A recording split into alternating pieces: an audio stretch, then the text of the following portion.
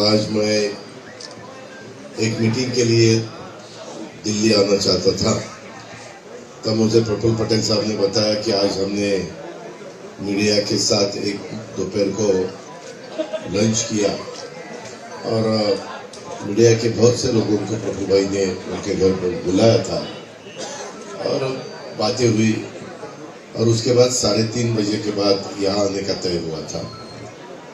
यहाँ आने के बाद आपने जो वेलकम हमारा सबका किया, इसीलिए मैं आपको धन्यवाद देता हूँ। मैं आप सभी का शुक्रगुजार करना चाहता हूँ। एक अच्छी तरह से वेलकम आप सबने किया है। अपनी पार्टी पूरे देश में कैसी बढ़ सकती है, कैसे हर स्टेट में अपने विधायक चुन के आ सकते हैं, वहाँ की जो लोकल बॉडीज है वहाँ भी राष्ट्रवादी कांग्रेस पार्टी के जो यंग जनरेशन है, जो हमारी महिलाएं हैं, उनको भी वहाँ कैसा मौका हम दे सकते हैं, उसके बारे में हमने बहुत सोच विचार किया है।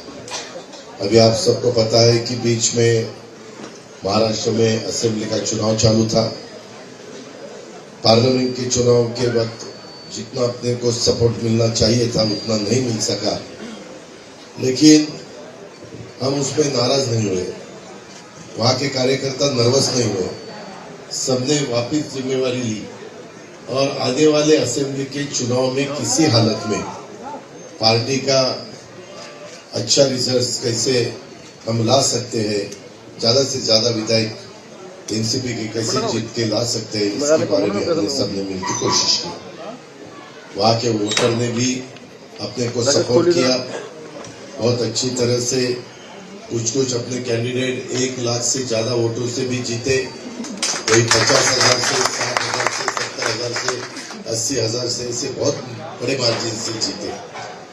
अभी अपोजिशन वाले बोल रहे हैं कि ईवीएम का कोई घोटाला था, इसमें कोई सच्चाई नहीं है। जब पार्लियामेंट का चुनाव हुआ तो ईवीएम बहुत अच्छा था, क्योंकि उनके ज्यादा सीटें आई और इस दफा ईवीएम में रिजल्ट्स अलग आया, तो ईवीएम को वो सब दोष दे रहे। इसके बारे में सुप्रीम कोर्ट में भी वो जाना चाहते हैं। सुप्रीम कोर्ट ने बीच में स्टेटमेंट किया, आपने पढ़ा होगा या सुना होगा। इलेक्शन कमीशन ने भी बताया कि इतने सालों से अपने महाराष्ट्र में नहीं तो पूरे देश में ईवीएम का वोटिंग होता है और कभी किसी के कंप्लेंट नहीं। कभी आपने भी देखा दिल्ली में अपोजिशन वालों का गवर्नमेंट आया, पंजाब में आया, वेस्ट बंगाल में आया, तेलंगाना में आया, कर्नाटक में आया, केरला में आया, ऐसे अलग अलग स्टेट में बहुत जगह स्टेट इलेक्शन का चुनाव के वक्त हमने रिजल्ट देखे। लेकिन अभी इतना बड़ा उनको अपयश आया, इसीलिए वो कुछ ना कुछ इशू ढूंढने की कोशिश करते। उसके बारे में ज्यादा ध्यान देने की जरूरत नहीं। लेकिन आज मेरे दिल्ली स्टेट प्रेसिडेंट ने और उनके सभी साथियों ने बहुत अच्छी तरह से यहाँ हमारा स्वागत किया है। मैं उनका शुक्रिया अदा करना चाहता हूँ। आज यहाँ आने के बाद हमारे डिप्टी स्पीकर नागालैंड के एस तियोजी वो भी मिले। यहाँ के जो चुनाव हुए उसमें भी अच्छी तरह से रिजल्ट्स अपने स्टूडेंट वालों ने अपने को दिया है। ऐसे ही हमें आगे जाना है। अपनी पार्टी, जैसे अभी प्रफुल्ल भाई ने बताया कि वो राष्ट्रीय पार्टी थी, लेकिन और अपने को काम उसमें ज़्यादा करना पड़ेगा। हम करेंगे, हम जरूर लड़ेंगे और उसमें हम यश भी संपादन करेंगे, कोई दो राय नहीं है। लेकिन हम एक दूसरे को अच्छी तरह से साथ देना चाहिए, एक दूसरे को समझना चाहिए। अभी हमारा विंटर सीजन शुरू हो जाएगा। अभी अपना पार्लियामेंट का चालू है, लेकिन हमारा दिसंबर में शुरू हो जाएगा। उसमें थोड़े से हम बिजी रहेंगे। लेकिन वो होने के बाद बीच में मेरे किसी साथियों के साथ बात भी हुई कि एक जैसे भी पहले कुछ साल पहले ताल कटोरा में हमारा एक अच्छे तरह से हमने राष्ट्रीय अधिवेशन लिया था। उसी हिसाब से एक राष्ट्रीय अधिवेशन हम दिसंबर के बाद जरा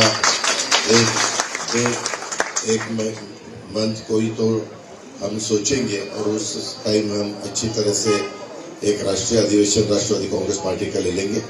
उसमें आप हम सब मिलके आगे क्या करना चाहते हैं, कैसे जाना चाहते हैं, कहाँ क्या क्या करना पड़ेगा और उसकी जिम्मेवारी किसके किसके ऊपर देने की है। कुछ थोड़ा बहुत बदलाव भी करना पड़ेगा, वो भी हम करेंगे। जिसको आगे अच्छी तरह से काम करना है उसको मौका देंगे। जो अभी थोड़ा बहुत काम के बारे में उनको जितना उधर वक्त देना चाहिए वो नहीं दे सकते, इसीलिए उनको थोड़ा सा हम विनती करेंगे कि आप जरा रुको। हम यंग जनरेशन को आगे लाना चाहते हैं और उसी हिसाब से यंग जनरेशन को भी मौका देंगे। हमारे महिलाओं को भी मौका देने की पूरी कोशिश राष्ट्रवादी कांग्रेस पार्टी इस दफा करेगी। अपने महाराष्ट्र में महिलाओं ने बहुत अच्छी तरह से, महिला वोटर ने बहुत अच्छी तरह से सपोर्ट ये अपने महायुति को किया और इसीलिए आपको ताज्जुब होगा, महाराष्ट्र की निर्मित हुई 1 मई 1960 को और आज तक जितने भी चुनाव हुए 62, 67, 72, 77 फिर इसे अलग चुनाव हुए, कभी भी कोई दल हो या कोई युति हो या कोई आघाड़ी हो उसको इतने विधायक चुन के नहीं आए होंगे। मेरे ख्याल से एक साल 1962 में 222 इतने विधायक चुन के आए थे, लेकिन इस दफा पहली बार 232 विधायक महायुति के चुन के आए। इसलिए हमारे ऊपर बहुत जिम्मेवारी बड़ी है। लोगों ने बहुत बड़ा विश्वास वहाँ के वोटरों ने हमारे ऊपर डाला है, तो हमें भी वहाँ ज़्यादा टाइम देना पड़ेगा, ज़्यादा काम करना पड़ेगा, रिसर्च देना पड़ेगा। लोगों ने जो विश्वास दिखाया है वो विश्वास पूरी तरह से हम कैसे निभा सकते हैं इसके बारे में पूरी हमारी कोशिश रहेगी। ऐसे मैं आपको विश्वास दिलाता हूँ। ज़्यादा बात अभी करने की कोई ज़रूरत नहीं, लेकिन आने के बाद जिस तरह से आपने हमारा वेलकम किया, इसीलिए सभी मेरे साथियों का मैं धन्यवाद देना चाहता हूँ और आगे भी हम सब मिलके अपने राष्ट्रवादी कांग्रेस पार्टी एक न एक दिन जल्द से जल्द राष्ट्रवादी कांग्रेस पार्टी बनेगी, ऐसा विश्वास मैं व्यक्त करता हूँ और मेरे शब्दों को विराम देता हूँ। जय हिंद, धन्यवाद।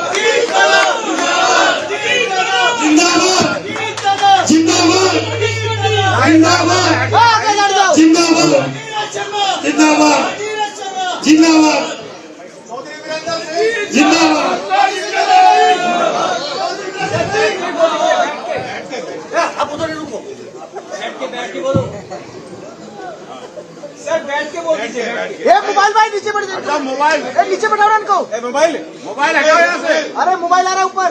मोबाइल हटाओ, साइड करो इसको। आपको कोई सवाल पूछना है मीडिया को तो पूछो। भाई हाथ नीचे कर लेंगे। बैठे रहो, कोई डिस्टर्ब मत। थोड़ा sir, thank you. PTI Pawar साहब,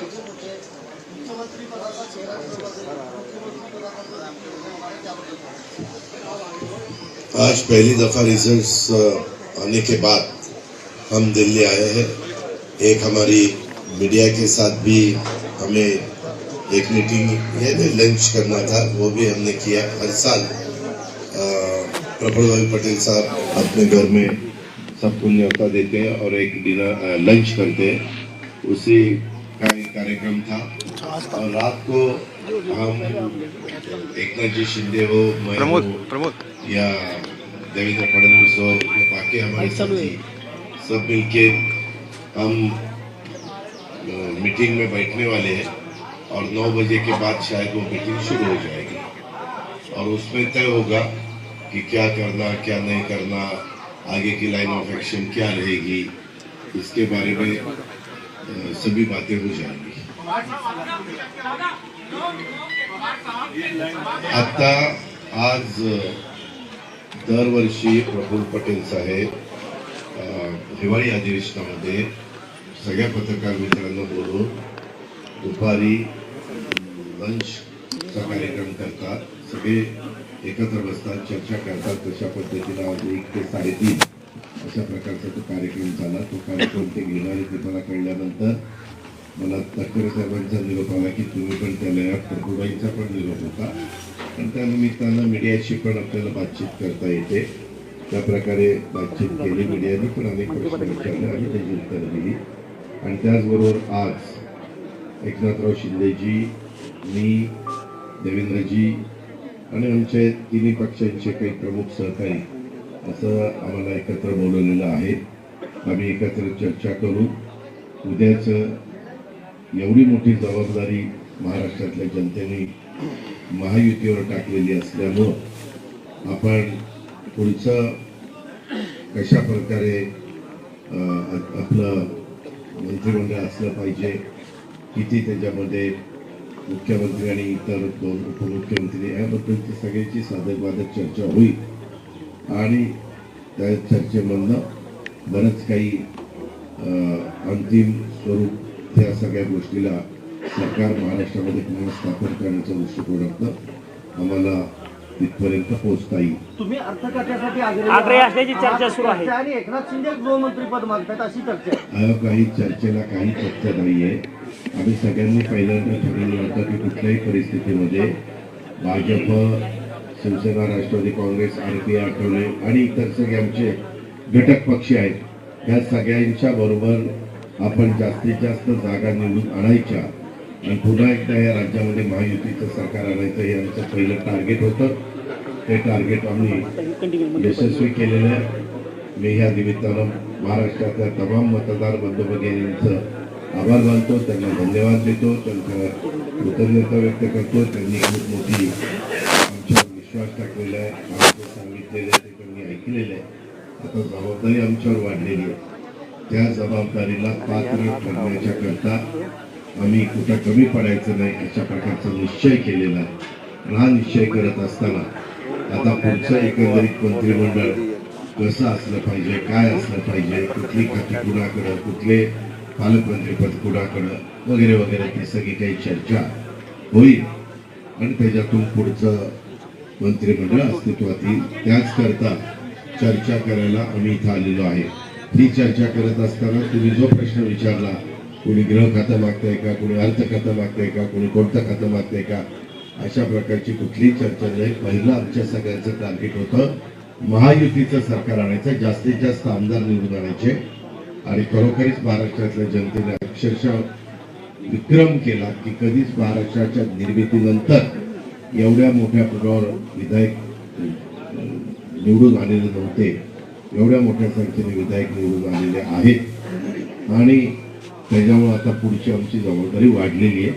आणि ती जबाबदारी वाढलेली असताना आम्ही अतिशय खेळीमेळीच्या वातावरणामध्ये ह्या पुढच्या पण खातेवाटप किंवा पालकमंत्रीपद किंवा आणखी इतर ज्या काही गोष्टी असतात, स्पीकर निवड, डेप्युटी स्पीकर निवड, सभापती निवड, उपसभापती निवड, या सगळ्या गोष्टी अतिशय व्यवस्थितपणे आम्ही पार पाडू. दादा, सगळा मंत्रिमंडळ याच वेळी पूर्ण होणार आहे की काही मंत्री मागे ठेवले जाणार आहे? 43 हप्ता भरले जातील की नंतर? त्याबद्दल आता लगेच सांगता येणार नाही. आम्हाला एकदा बसू द्या. तुम्ही तर असं काहीतरी पहिल्यांदा आम्ही एकत्र बसतो. निवडणुकीचा निकाल लागल्यानंतर सरकार बनवण्याच्या दृष्टिकोनातनं ते बसल्यानंतर आम्ही त्याच्याबद्दल ठरवू ना. मी तुम्हाला अतिशय नम्रपणे सांगतो, आम्ही कुठंही असं आमच्यामध्ये एकवाक्य पण मीडिया मात्र अशा वेगवेगळ्या प्रकारच्या बातम्या पसरवत असताना आम्हाला पाहायला मिळतात. वास्तविक अशा प्रकारची कुठलीही चर्चा आम्ही कुणाशीच केलेली नाही.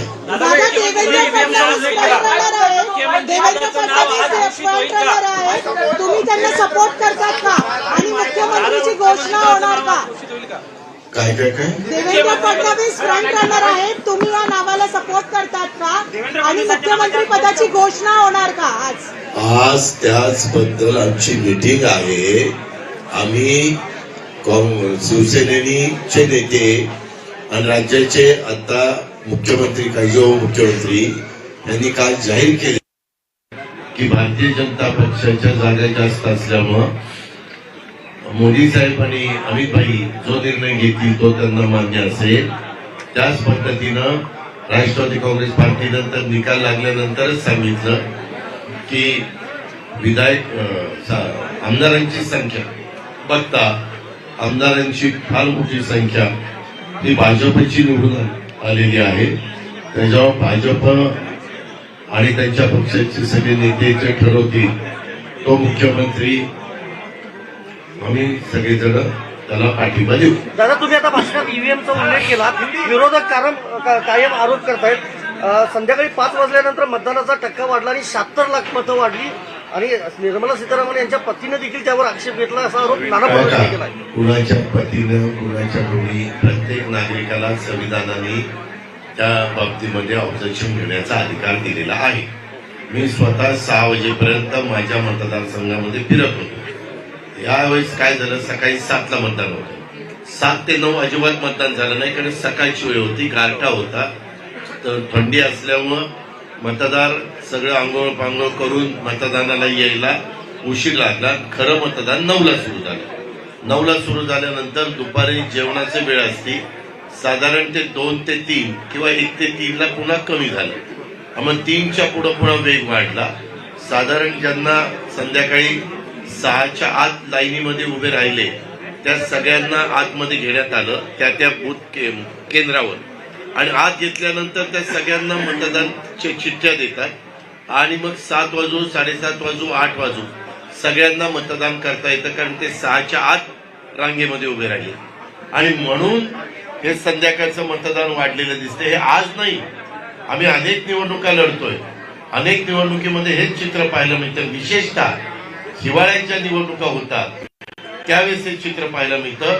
उन्हाळ्याच्या काळामध्ये लोकसभेच्या निवडणुका झाल्या त्या काळात नव्हतं चित्र, कारण सनसेटच 7च्या पुढे होत होता. आता सनसेट होतो 5:30ला. त्याच्यावर आम्ही प्रत्येकाला सांगितलेलं होतं की लाईटची व्यवस्था चांगली करा, कुणालाही मशीन मधले कुठलेही चित्र हे अस्पष्ट दिसतात असं होता कामा नये. याबद्दलची खबरदारी निवडणूक आयोगाने घेतली. शेवटचा एक प्रश्न, भाजप एक हाती सत्ता मिळवण्यासाठी प्रयत्नशील आहे मुंबई महापालिका निवडणुकीमध्ये, अशी चर्चा राजकीय वर्तुळामध्ये. या चर्चेला काही अर्थ नाही. या काही पण चर्चा सुरू होत आहेत. आज बऱ्याच अंशी रात्रीची मिटिंग झाल्यानंतर या चर्चेला हे मिळेल.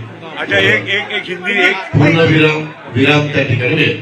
एक दो हिंदी. सर, महायुति के जो पार्टनर्स हैं आपके, उसको जरा एक मिनट, ये पूछते हैं, मैं इनके बाद आप पूछो प्लीज.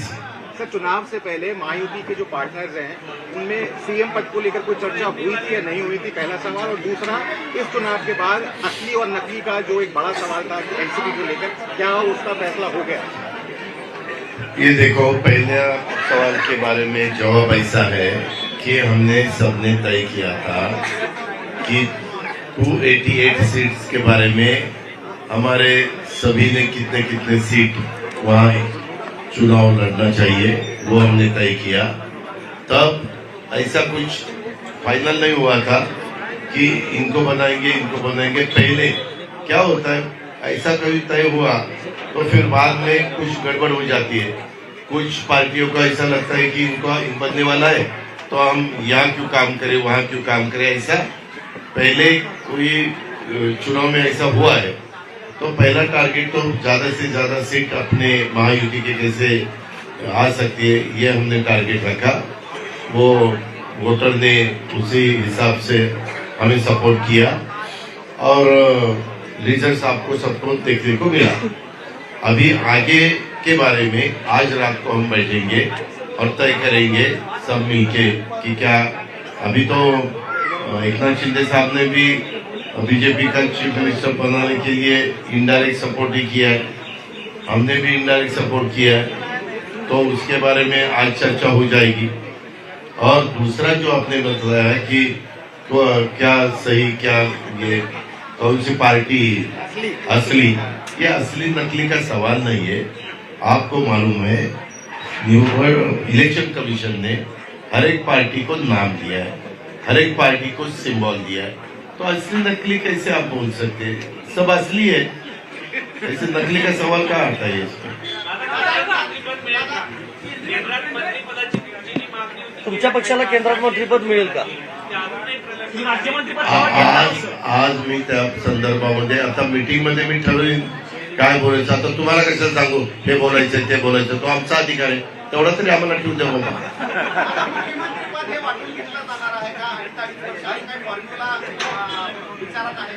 हे ते एक भाकरी आहे करे यार, अर्धी भाकरी याला दे चतकोर इकडे दे चतकोर इकडे आहे काय? आम्ही तुला मगापासून सांगतोय हात जोडून, आज रात्रीच्या मीटिंग मध्ये त्याबद्दलची चर्चा होईल. अरे राज्याचं सरकार आहे, 13-14 कोटी जनतेचं नेतृत्व करायचंय. आम्ही एका विचाराने पुढे चाललेलो आहे. आमचं विजन राज्याचा सर्वांगीण विकास करणं, सेंट्रल गव्हर्नमेंट आमच्या विचाराचा आहे त्यातला जास्तीत जास्त निधी विकास कामाच्या करता राज्याला घेऊन जाणं, हे आमची सध्या तर भूमिका आहे. आणि हे करत असताना जो काही लोकांना आम्ही आश्वासन दिलेलं आहे, एक तर पूर्वीच्या आमच्या योजना व्यवस्थित कशा चालतील आणि जी आश्वासन दिलेले त्याची पूर्तता कशी होईल, हे आमचं पहिलं टार्गेट आहे. तुम्ही दिल्लीत आलेला आहात, सुप्रीम कोर्टात तुमच्या पक्षाच्या चिन्हाचा आणि नावाचा वाद आहे अजूनही. निवडणूक आयोगानं जे तुम्हाला दिलं त्यावर आक्षेप घेतला आहे साहेबांच्या पक्षानं. तर त्यांनी प्रतिज्ञापत्र असं दाखल केलंय की तुम्ही भ्रम निर्माण केला घड्याळ चिन्ह वापरून आणि मग निवडणुका जिंकल्या. त्याच्याबद्दल सुप्रीम कोर्ट काय तो निकाल देईल. आपल्याला दोघांना निकाल द्यायचा अधिकार दिला नाही. माझे वकील म्हणजे आमच्या पक्षाचे वकील त्यांची भूमिका मांडतील, समोरच्यांचे वकील त्यांची भूमिका मांडतील आणि सुप्रीम कोर्ट तर सर्वोच्च आहे ते निर्णय देतील. दादा, तुम्ही दिल्लीतील पदाधिकाऱ्यांसोबत बैठक घेतलेली आहे. दिल्ली विधानसभेच्या निवडणुका तुम्ही लढणार आहात का? त्याबद्दल अरे आम्ही सगळ्यांना तुझ्या पण विरोधात लागलो. दादा, दिल्ली प्रदेशची अरे त्या भागातल्या आमच्या पार्टी प्रेसिडेंटची चर्चा करून, तिथल्या कार्यकर्त्यांशी चर्चा करून आम्ही वीरेंद्र सिंगशी पण बोलू, इतर आमचे जे काही मेंबर आहेत त्यांच्याशी पण बोलू आणि जिथं जिथं आमची ताकद असेल तिथं तिथं लढू ना. सर एक सवाल यहाँ से. राष्ट्रवादी काँग्रेस पक्षाच्या कार्यकर्त्यांना आणखी 5 वर्ष तर मी काही ज्योतिषी नाही त्याचा. त्याबद्दल आज रात्री आमची संदर्भातली चर्चा त्या ठिकाणी होईल. आम्ही या देशाचं सर्वांगीण विकास व्हावा, राज्याचा सर्वांगीण विकास व्हावा, हे आमचं टार्गेट आहे आणि त्या दृष्टीने आम्ही पुढे चाललो. फडणवीस का नाम सामने आ रहा है मुख्यमंत्री पद के लिए, तो आप सहमत है उससे? आज रात की मीटिंग में हम चर्चा करेंगे ना. पर जो रिपोर्ट्स में आ रहा है नहीं, रिपोर्ट नहीं, जिसने हम जिनको अधिकार है जो नाम लाने का, वो नाम आने के बाद उसके बारे में हम उनके साथ चर्चा करके डिसीजन लेंगे. Thank you so much.